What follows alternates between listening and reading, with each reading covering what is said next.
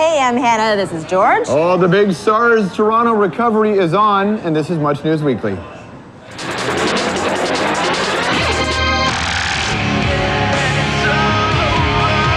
Music's supposed to stir up some kind of emotion in you, and if it does, in a good way, then that's great. If it does in any way, I think it's still great. Some people wait a lifetime. It's like really entertaining to see somebody just like cry and be crushed in front of millions of people. Hallelujah! Hallelujah! Here on a spiritual retreat. I love Israel. Beautiful. It's my land. My land!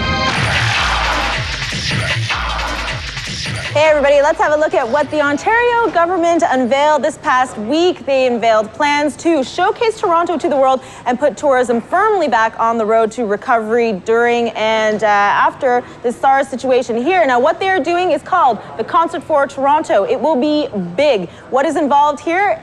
Performances from basically all the hottest stuff that Canada has to offer. We are looking at Sum 41, Avril Lavigne, Swollen Members, Our Lady Peace, the Tragically Hip, Bare Naked Ladies, and the list goes on to Sarah McLachlan, Glenn Lewis, and Remy Shand.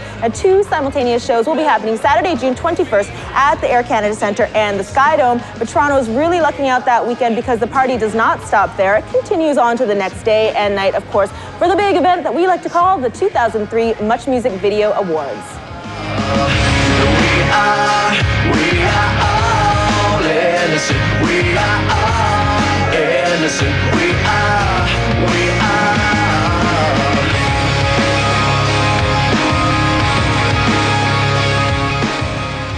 You know, it's funny with all the bands canceling shows because of their concerns over SARS. There's a band called Ours who actually canceled their show as well in Toronto. But then their fans who really wanted them here got on the internet and sent letters to the band and such, and actually have convinced Ours to put their show back on. So if one of your favorite bands cancel their gig, get on the internet, write them emails. You never know, it may work. Okay, one band that is not afraid to stay on the road is a band called Silverchair. And when they first exploded on the scene, they were considered, I guess, teenage versions of Nirvana. Now they're in their 20s, firmly in their 20s, and they're touring a very different disc. This one's called Diorama, and Jen Holla had a chance to hook up with the guys in Silverchair to talk about the new record, but also their ever-loyal fans.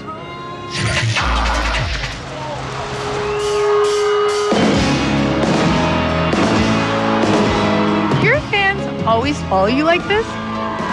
No, not really. It's just, there seem to be certain places that we go around the world when they just kind of, I don't know, they just seem to hang out. And here in South America in particular.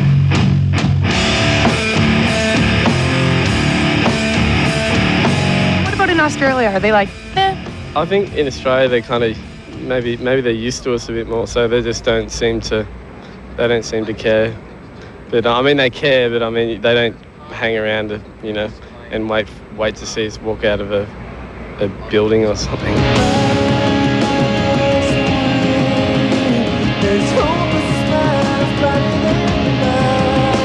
Was at one point Silverchair a hip-hop outfit? I think not Silverchair. No, we were called, what were we called? Silly Man and 9.9 on the Richter scale. And the Witch Doctors. The Witch Doctors. We were called heaps of stuff. And then we used to write like rap songs. Like actual rap tracks? Yeah, like someone would press the demo on a keyboard and me and Ben would go, yo, there's an elephant walking down the street and his feet were tapping to the beat, motherfucker. That's dope. That's dope. We're only about 8, but we thought it was pretty cool. I like this idea, 2/3 of Silverchair starting out as aspiring MCs. It wasn't like really that serious either. It was more like, you know, like stutter rap and that kind of thing. Like it was pretty silly. So join with us in the stutter rap. I did breakdancing for 2 years as well around the same time, so kind of busting out some moves as well. Do you have any concern coming to Toronto with SARS or coming to the US with the terror alert?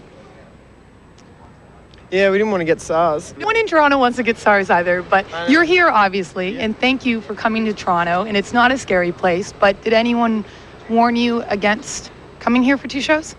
Yeah, a few people did actually, like telling us not to come and everything, and this is kind of weird because I wasn't aware of like how seriously people were perceiving the problem. I just thought, you know, F it, I'm going. And then, but we ended up here and it's all good and there's no diseases yet, it's all cool.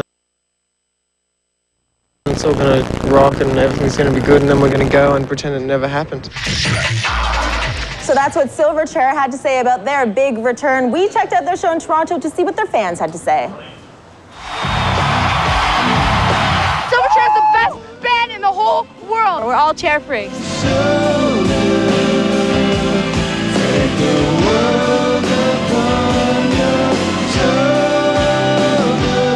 Awesome. Daniel, Johns, Ben, Chris, you're amazing. Despite the weather, there was a huge show up. It was amazing. It was okay. They played too much of their new stuff. They didn't go to the old school. They don't. I don't think they played. Stop. They don't appreciate their old fans. Daniel Johns was absolutely sexy tonight. He was shaking his ass, and it was sexy.